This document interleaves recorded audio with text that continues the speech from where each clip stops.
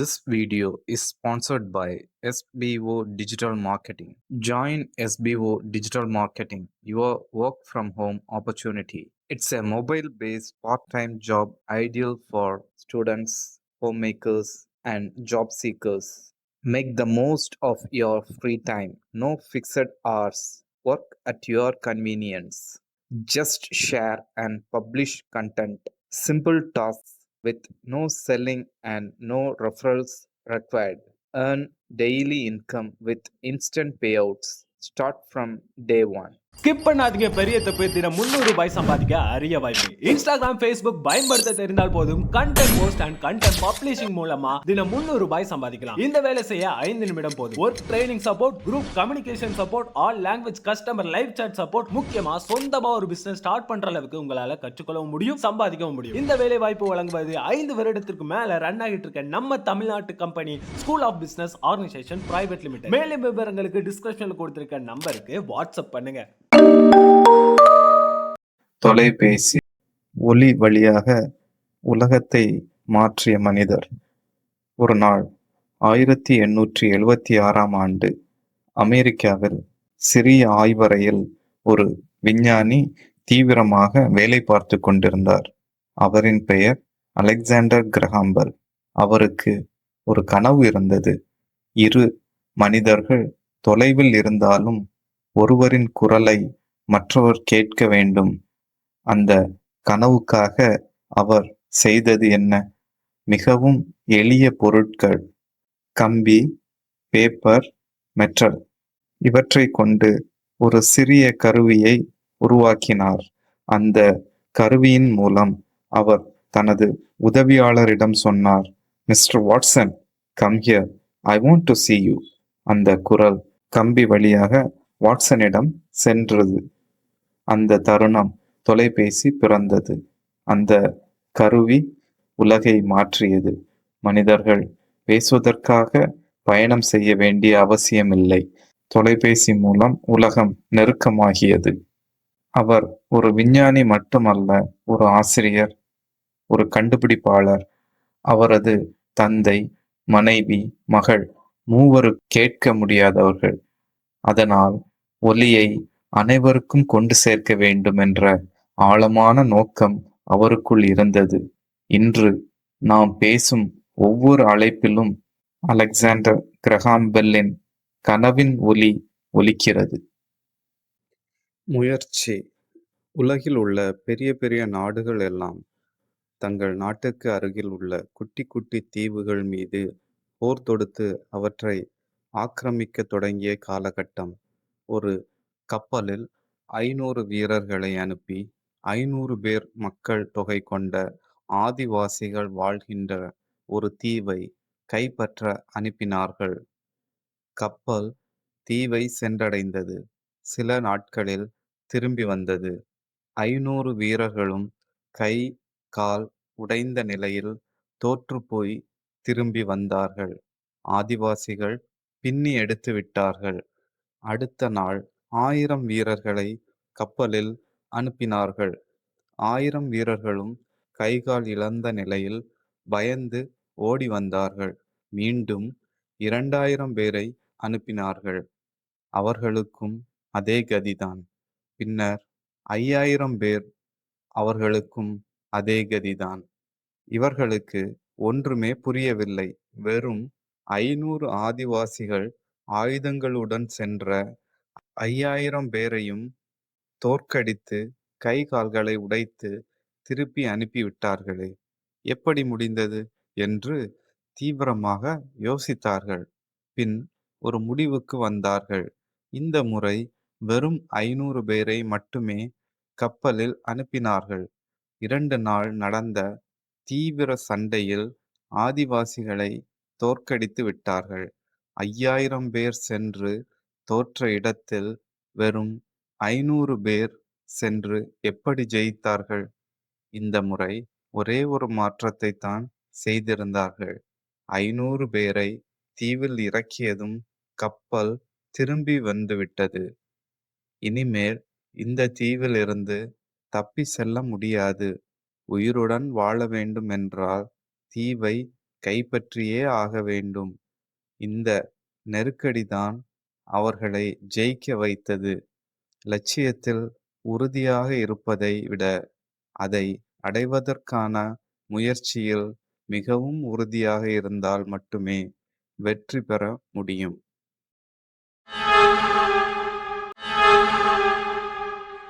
நீதி. ஒருவரை நீண்ட நாட்களாக காணவில்லை. அவர் கொலை செய்யப்பட்டிருக்க வேண்டும் என்று கருதிய போலீசார் சந்தேகத்தின் பேரில் ஒருவரை கைது செய்து நீதிமன்றத்தில் நிறுத்தினர். வழக்கு விசாரணைக்கு வந்தது. குற்றம் சாட்டப்பட்டவரின் வக்கீல் எழுந்து, மை லார்ட், இவர் யாரை கொலை செய்தார் என்று குற்றம் சாட்டப்பட்டதோ அவரே இன்னும் 5 நிமிடத்தில் இதே நீதிமன்றத்தின் கதவு வழியே உள்ளே வரப்போகிறார். நீங்கள் அதை பார்த்த பின்பு இவர் குற்றமற்றவர் என்பதை உணருவீர்கள் என்று கூறி அமர்ந்து விட்டார். நீதிபதி உள்பட எல்லோரும் நீதிமன்ற கதவையே பார்த்து கொண்டிருந்தார்கள். ஒருவரும் வரவே இல்லை. 5 நிமிடம், 10 நிமிடம் கழிந்தது. இப்போது வழக்கறிஞர் எழுந்தார். மை லார்ட், நீங்கள் உட்பட யாருமே காணாமல் போனவர் கொலைதான் செய்யப்பட்டவர் என்பதை முழுமையாக நம்பவில்லை. அதனால்தான் எல்லோரும் வாசலையே பார்த்து கொண்டிருந்தீர்கள். எனவே உங்களுக்கு இருக்கும் சந்தேகத்தின் பலனை குற்றம் சாட்டப்பட்டவருக்கு அளித்து அவரை விடுதலை செய்ய வேண்டும் என்று கூறிவிட்டு கம்பீரமாக அமர்ந்தார். பிற்பகலில் நீதிபதி தீர்ப்பை வாசித்தார்.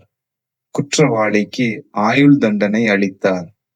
வக்கீல் எழுந்து, எப்படி மை லார்ட் என்று கேட்டார்.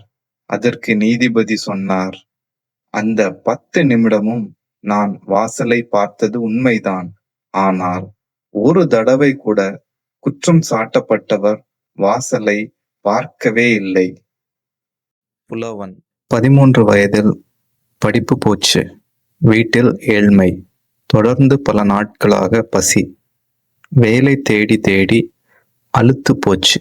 ஒரு நாள் பசியால் மயக்கமடைந்த நிலையில் ஒரு நாடக கொட்டகை வாசலில் சொருகும் கண்களுடன் அமர்ந்திருந்தான் அந்த சிறுவன்.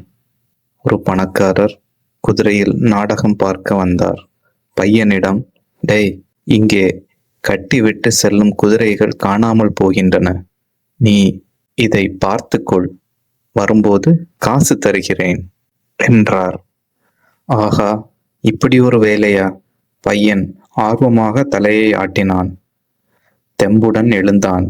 நாடகம் முடிந்து பணக்காரர் வெளியே வந்தார். வெளியே நிற்பது தன் குதிரைதானா என்ற சந்தேகம் வந்துவிட்டது.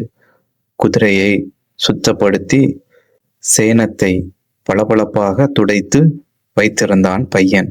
சற்று அதிகமாக பணத்தை அவனிடம் நீட்டினார் பணக்காரர். சில்லறை கிடைக்குமென நினைத்தவனின் கையில் பணம். மகிழ்ந்தான். மறுநாள் நாடகம் பார்க்க வந்த மற்றவர்களும் குதிரையை அவனிடம் ஒப்படைக்க அவற்றையும் பாதுகாத்து சுத்தப்படுத்தி கொடுத்தான். வருமானம் பெருகவே குதிரை லாயமே அமைத்து உதவிக்கு வேலைக்கு ஆட்கள் அமர்த்தி முதலாளி ஆகிவிட்டான். அதோடு விட்டானா, நாடகங்களையும் கவனித்தான். மிகப்பெரிய இலக்கிய மேதையாகி விட்டான். அந்த சிறுவன்தான் உலக புகழ்பெற்ற இலக்கிய மாமேதை ஷேக்ஸ்பியர். மனிதர்களுக்கு எப்போது வேண்டுமானாலும் நல்ல நேரம் வரும். வருகிற சந்தர்ப்பத்தை மட்டும் கெட்டியாக பிடித்து கொண்டால் குதிரைக்காரனும் குபேரனாகி விடலாம்.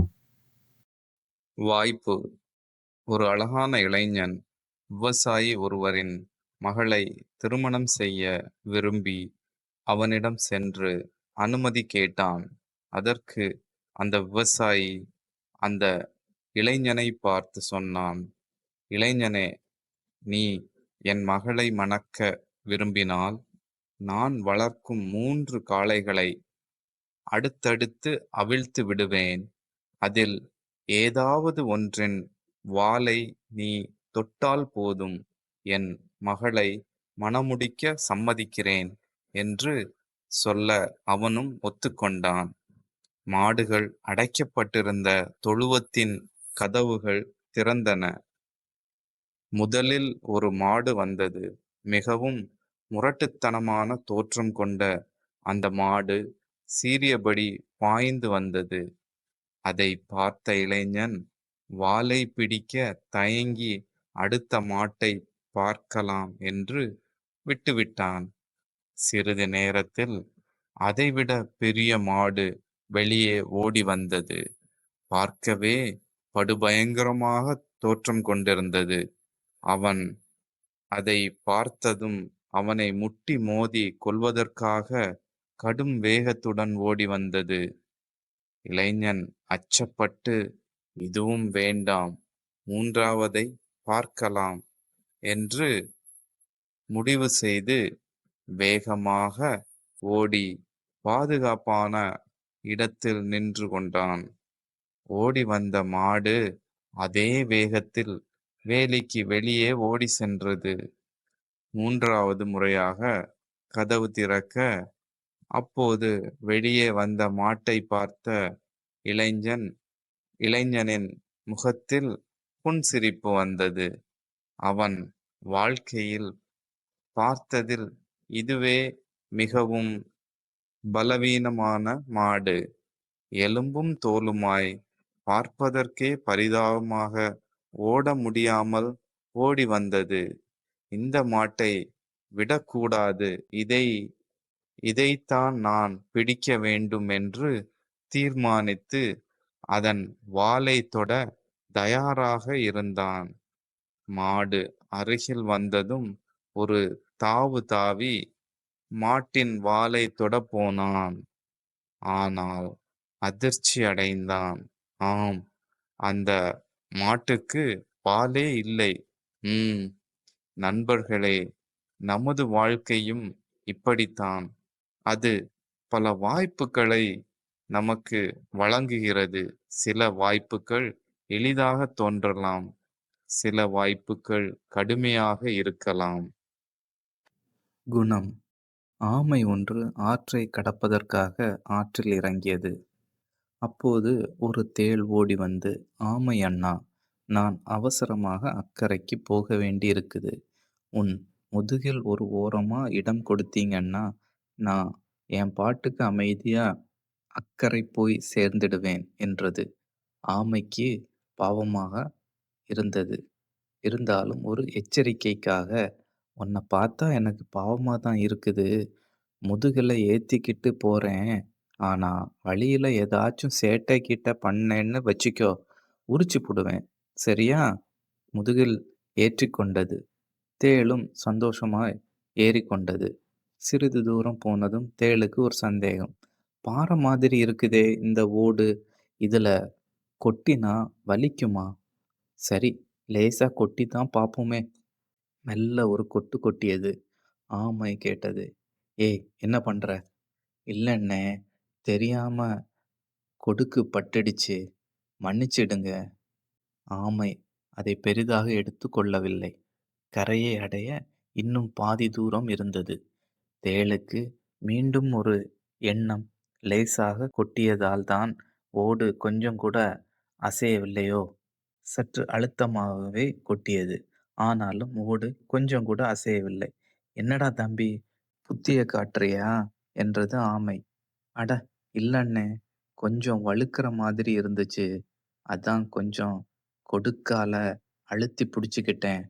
அதுக்கு போய் பெருசா பேசுறியே என்றது தேள். ஆமை தலையை அசைத்து கொண்டே ஏதோ முணுமுணுத்து கொண்டே நீந்தியது. கொஞ்ச நேரம் சென்றது. இப்போது கரைக்கு இன்னும் சில அடி தூரம்தான் இருந்தது.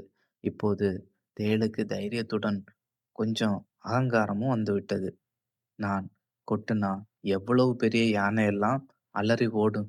சின்ன மிருகமா இருந்தா வாயில நுரை தள்ளி செத்தே போகும். இந்த தம்மா துண்டு ஆமை பய அசைய கூட மாட்டேங்கிறான். இதோ கரையை நெருங்கிடுச்சு. கடைசியாக ஒரு தடவை கொட்டி பார்க்கலாம் என பலத்தை எல்லாம் திரட்டி அழுத்தமா ஒரு போடு போட்டது. ஆமைக்கு இப்போது கோபம் வந்தது. "நீ சரியா வரமாட்ட போலிருக்கே" என்றது. தேளுக்கு கரையை நெருங்கிவிட்ட தைரியம். பிறந்த நாள் முதலாவே கொட்டி கொட்டி பழகிட்டேன். இந்த 10 நிமிஷம் பயணத்துக்கெல்லாம் பழக்கத்தை மாத்திக்க முடியாது. இது பழக்க தோஷம். நீதான்ப்பா கொஞ்சம் அனுசரிச்சு போகணும் என்றது. ஆமை சிரித்தபடியே சொன்னது, "உனக்கு இருக்கும் பழக்க தோஷம் மாதிரியே எனக்கு ஒண்ணு உண்டு. அது இதுதான்" என்றபடியே நீருக்குள் மூழ்கி எழுந்தது. எழுந்து பார்த்தால் முதுகில் தேள் இல்லை. அது செத்து நீரின் மேல் மிதந்து போனதைக் கண்டது. பிறரின் உதவியை ஒருபோதும் சோதனை செய்து பார்க்காதீர்கள். விடாமுயற்சி. ஒரு சிறிய கிராமத்தில் பிறந்த ஒரு சிறுவன். பள்ளியில் அதிகம் கேள்வி கேட்பதால் ஆசிரியர்கள் அவனை திறமையில்லாதவன் என கூறினர். ஆனால் அவன் தாயார் புத்திசாலி, பொறுமையுள்ளவள். "நீ கேட்பது தவறு இல்லை" என்று சொல்லி வீட்டிலேயே கற்றுக்கொள் என்று சொன்னாள். கற்றதைக் கொண்டு தினமும் வீட்டிலேயே சோதனைகளை செய்யத் தொடங்கினான். ஒரு நாள் ரயிலில் பயணம் செய்யும்போது ஒரு சிறுவனை காப்பாற்றினான். அந்த சிறுவனின் தந்தை அவனுக்கு டெலிகிராஃப் இயந்திரம் கற்றுக் கொடுத்தார். அதுவே அவனுடைய முதல் கண்டுபிடிப்புகளுக்கு வழிகாட்டியது. அவன் ஒளியை எல்லோருக்கும் கொண்டு சேர்க்க வேண்டும் என்று தீர்மானித்தான். ஆயிரக்கணக்கான முயற்சிகள், தோல்விகள், வெடிப்புகள். ஆனால் அவன் அதோடு நின்றுவிடவில்லை. தனக்குள்ளே சொல்லிக் கொண்டது, "நான் தோல்வியடைந்தது இல்லை. ஒளி எரியாத 1000 வழிகளை கண்டுபிடித்தேன்" என்றான். அவனுடைய விடாமுயற்சியில் ஒரு சிறிய விளக்கு எரிந்தது. அதுதான் மின்விளக்கு. அந்த ஒளி உலகம் முழுவதும் பரவியது. அவன் கண்டுபிடித்த ஒவ்வொரு சாதனமும் மனித வாழ்வை எளிதாக்கியது. மின் விளக்கைத் தவிர ஒளி பதிவு செய்யும் போனோகிராஃப், சினிமா காட்சிக்கான மோஷன் பிக்சர் கேமரா, மின் வண்டி மற்றும் பல சாதனங்களை உருவாக்கினான். அவன் கண்டுபிடிப்புகள் 1000க்கும் மேற்பட்டவை. அந்த சிறுவனின் பெயர் தாமஸ் ஆல்வா எடிசன். தோல்வி வந்தாலும் முயற்சி நிறைவடைய வேண்டும். ஒவ்வொரு குழந்தையும் தாமஸ் போல கேள்வி கேட்கலாம், சோதிக்கலாம், கண்டுபிடிக்கலாம். ஒளி தேடுபவர்களுக்கே உலகம் ஒளிரும். புத்திசாலி. ஒரு மாபெரும் கூட்டம். 2 பேச்சாளர்களுக்கிடையே போட்டி. யாருடைய பேச்சு அதிக கைத்தட்டல் பெறும் என்று. கூட்டம் துவங்குவதற்கு முன் இருவரும் ஒரு அறையில் அமர்ந்து அன்றைய கூட்டத்தைப் பற்றி விவாதித்துக் கொண்டிருந்தார்கள். அப்போது ஒரு பேச்சாளருக்கு தொலைபேசி அழைப்பு வர அவர் எழுந்து போனார். அவரது பேச்சுக் குறிப்புகளை அவசரத்தில் மேஜையிலேயே வைத்துவிட்டு சென்றார். அவர் திரும்பி வருவதற்குள் போட்டி பேச்சாளர் அந்த குறிப்புகளை படித்து விட்டார். அந்த குறிப்புகள் அவர் தயாரித்திருந்ததை விட நன்றாக இருந்தது. கூட்டம் துவங்கியது. அடுத்தவர் குறிப்பை பார்த்தவருக்குத்தான் முதலில் பேச வாய்ப்பு கிடைத்தது. எதிர் பேச்சாளர் எழுதி வைத்திருந்த குறிப்புகளையெல்லாம் எடுத்து தன்னுடைய கருத்துக்கள் போல் பேசினார். ஏக கைத்தட்டல். எதிரி பேச்சாளருக்கு விஷயம் புரிந்துவிட்டது. அடுத்து அவர் பேச வேண்டும். ஆனால் பேசுவதற்கு ஒன்றும் இல்லை. என்ன செய்வது? எழுந்தார். மைக்கை பிடித்தார். முதலில் எனக்கு முன்னால் பேசிய நண்பருக்கு நன்றி தெரிவித்துக் கொள்கிறேன். எனக்கு தொண்டைக்கட்டு. சரியா பேச முடியாது.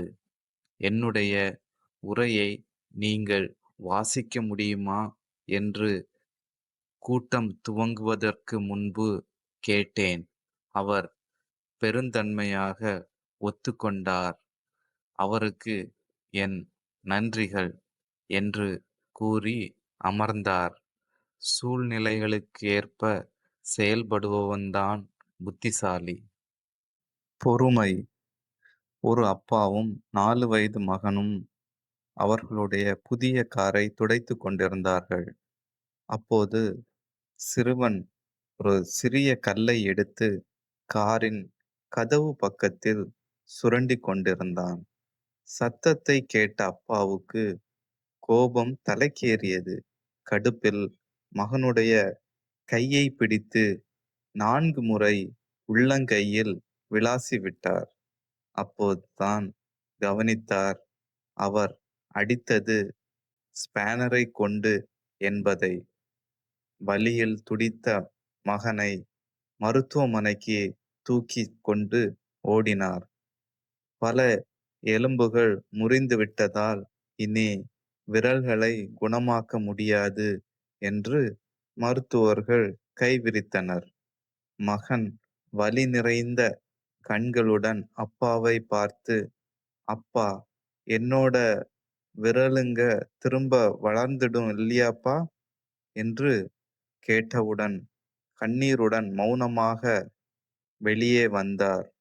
வெளியில் நின்றிருந்த காரை பல தடவைகள் எட்டி எட்டி உதைத்தார். கண்ணீருடன் தலையில் கையை வைத்துக்கொண்டு காரின் முன்பு உட்கார்ந்து விட்டார். அப்பொழுதுதான் அந்த கீறல்களை கவனித்தார். என்ன எழுதியிருக்கிறது என்று. அந்த வாசகம், "ஐ லவ் யூ அப்பா. மனிதர்களை பயன்படுத்துகிறோம். பொருட்களை நேசிக்கிறோம். எப்பொழுதுதான் மனிதனை நேசித்து பொருட்களை பயன்படுத்தப் போகிறோமோ?" மரியாதை. ஒரு பள்ளி மாணவன் இருந்தான். நல்ல சுட்டி. கொஞ்சம் முரடு. அவனுக்கு எப்படியாச்சும் கிளாஸ் லீடர் ஆகணும்னு ஆசை. ஆனா, ஸ்கூல்ல அவன யாருக்குமே பிடிக்காது. பட்டு பட்டுன்னு கை நீட்டிருவான். சொல்றது கேட்டு நடக்க மாட்டான். தனக்கு எல்லாமே தெரியும்னு இருப்பான். ஆனா, ஆசிரியர்களை கவர்றதுல கெட்டிக்காரன். அவன் நெனச்ச மாதிரியே கிளாஸ் லீடரும் ஆயிட்டான். இவன் சொல்றத தான் கிளாஸ்ல யாருமே கேட்க மாட்டாங்களே! அதனால இவன யாருமே லீடரா ஏத்துக்கல. இவன் என்ன சொன்னாலும் அவன் பேச்ச கேட்க மாட்டேங்கிறாங்க. பேசிக்கிட்டே இருந்தாங்க. ரொம்ப மனவேதனையோட அப்பா கிட்ட நடக்கிறத வீட்ல போய் சொன்னான். சொல்லி சொல்லியே அழுதுட்டு இருந்தான். அப்பாவோ, "சரி, சரி, இதுக்கெல்லாம் அழலாமாடான்னு" சொன்னாரு. பிறகு, "உனக்கு ஒண்ணு சொல்றேன். மனசுல வச்சு நடந்துக்கோ. எல்லாம் சரியா போயிரும்னு" ஒரு குரல் சொன்னாரு. "கருவியும் காலமும் செய்கையும் செய்யும். அருவினையும் மாண்டதமைச்சு." நாம எவ்ளோ பெரிய தலைவரா இருந்தாலும், எந்த முடிவ எடுக்கிறதுக்கு முன்னாடியும், சுத்தி இருக்க எல்லாரையும், அவங்க சூழ்நிலையையும் புரிஞ்சு எடுக்கணும். நாம மத்தவங்க நலன மதிச்சு, அவர்கள் கருத்துகளுக்கு மதிப்பு கொடுத்தா தான், மத்தவங்க நம்ம கருத்துக்கு மரியாதை கொடுத்து, நம்மள தலைவரா ஏத்துப்பாங்க. மத்தவங்க நம்மள மதிச்சா தான் நாம தலைவர். இல்லாட்டி நாம ஒண்ணும் இல்லைன்னு சொன்னாரு. அடுத்த நாள்ல இருந்து எல்லார்கிட்டயும் அன்பா அவங்கள புரிஞ்சு மதிச்சு நடந்தான். இப்போ எல்லோரும் அவன் வார்த்தைக்கு மரியாதை கொடுத்து கேட்குறாங்க. கலைஞன். ஒரு தாயும் மகனும் மட்டும் வசித்த வீடு அது. ஏழை குடும்பம். வீட்டு தலைவர் சில ஆண்டுகளுக்கு முன்பு இறந்து விட்டார்.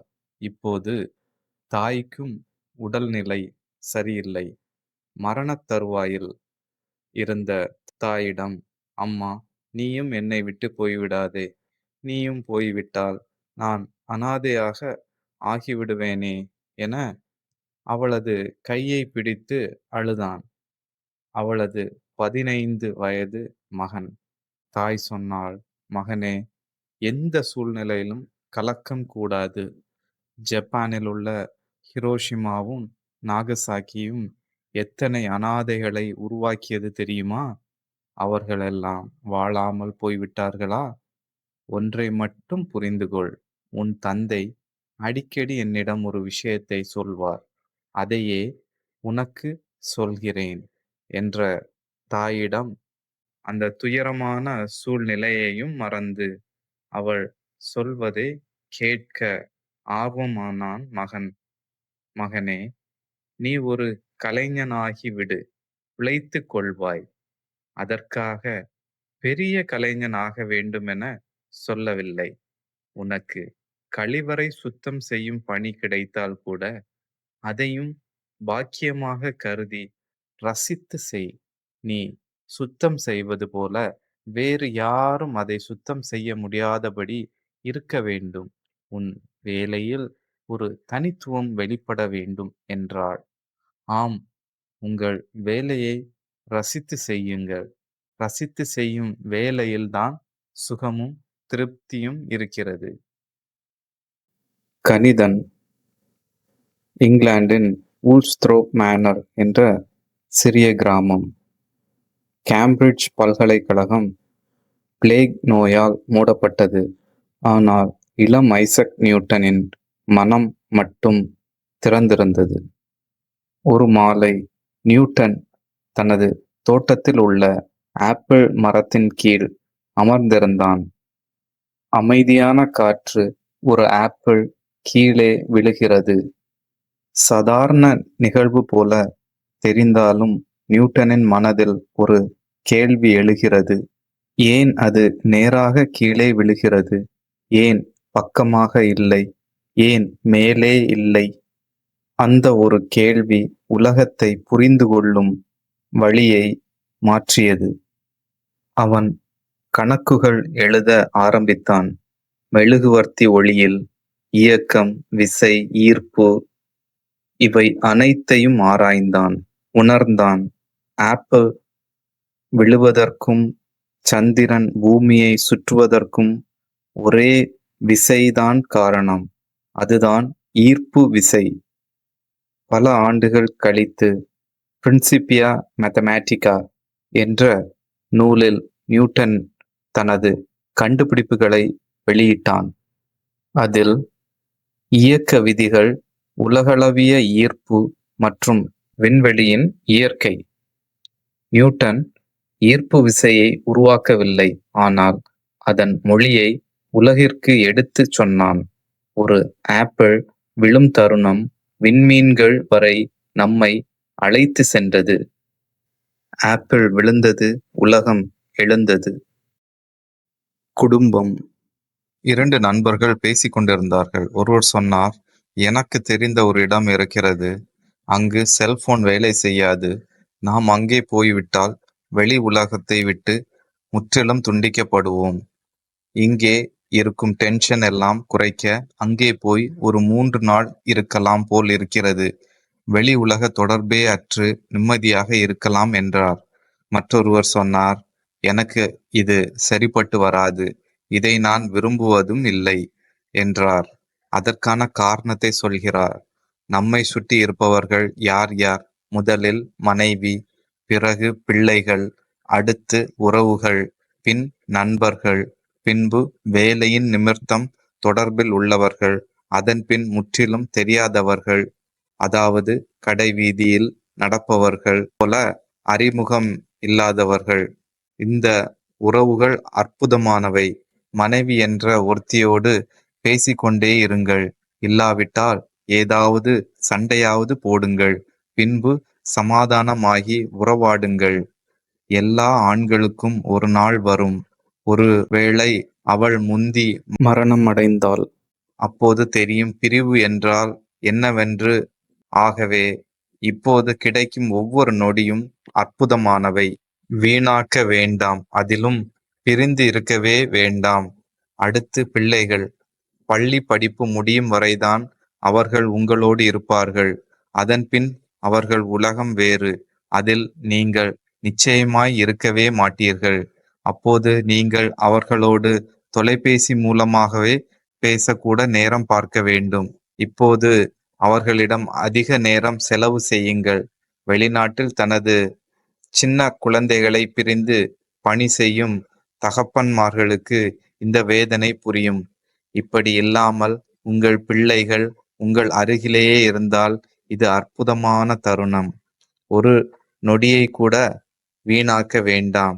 சும்மா அவர்களை பார்த்து கொண்டாவது இருங்கள். அடுத்து உறவுகள், உடன் பணி செய்யும் தோழர்கள். இதை பற்றி தெரிந்து கொள்ள நீங்கள் அடுத்த மாநிலத்திலோ அல்லது வேற நாட்டிலோ இருந்தால் இது புரியும். வேறு நாட்டில் இருந்தால் அவர்களோடு நட்பாக இருக்க முடியுமே தவிர அவர்கள் தோள் மேல் கை போட்டு வாடா மாப்பிள்ளை என்று கூற முடியாது. ஒரு இடைவெளி இருந்து கொண்டேதான் இருக்கும். எல்லாம் ஒரே இடத்தில் கிடைத்து வாழ்ந்து கொண்டிருக்கும் மனிதர்களே, வாழ்க்கையை ருசியுங்கள், அனுபவியுங்கள்.